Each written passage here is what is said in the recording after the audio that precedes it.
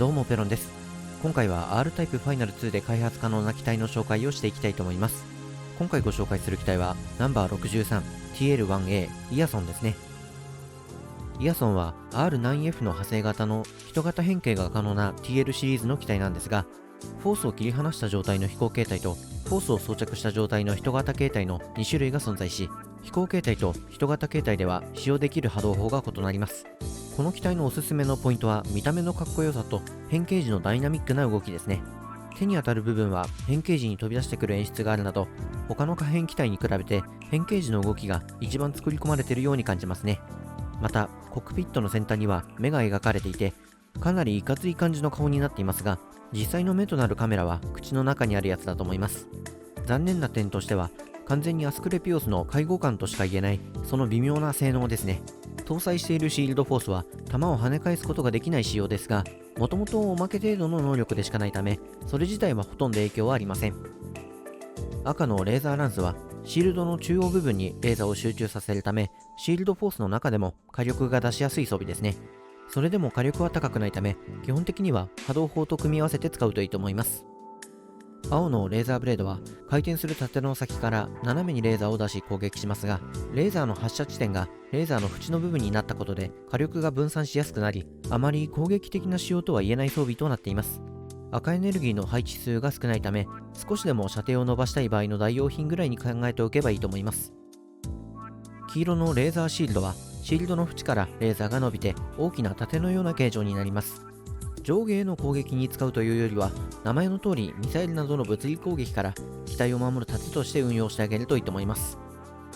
次にフォースを切り離した後の状態についてですが、上下に弾を発射する弾幕型になっています。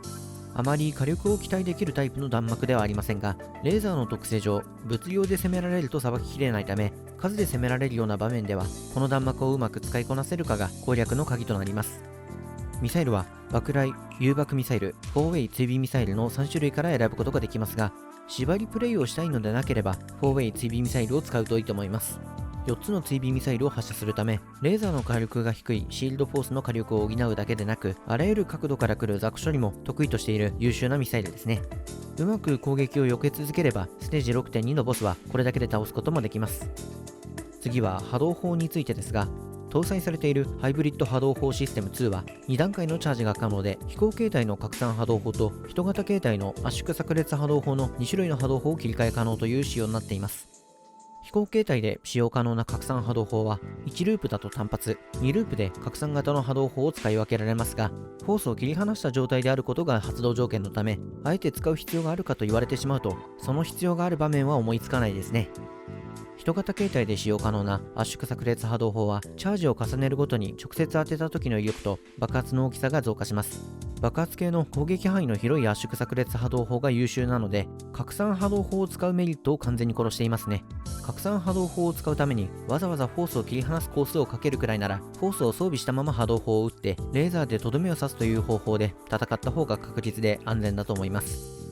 イヤソンは見た目がとてもかっこいいんですが、性能面では高火力の分裂波動砲を搭載しているアスクレピオスに劣るため、性能を重視するならアスクレピオスを使った方がいいと思います。ただし操作が複雑になるため、可変機体の操作に慣れていない人はまずシールドフォースの操作に慣れるという意味で波動砲の切り替えを考える必要のないイヤソンで遊んでみてはいかがでしょうか。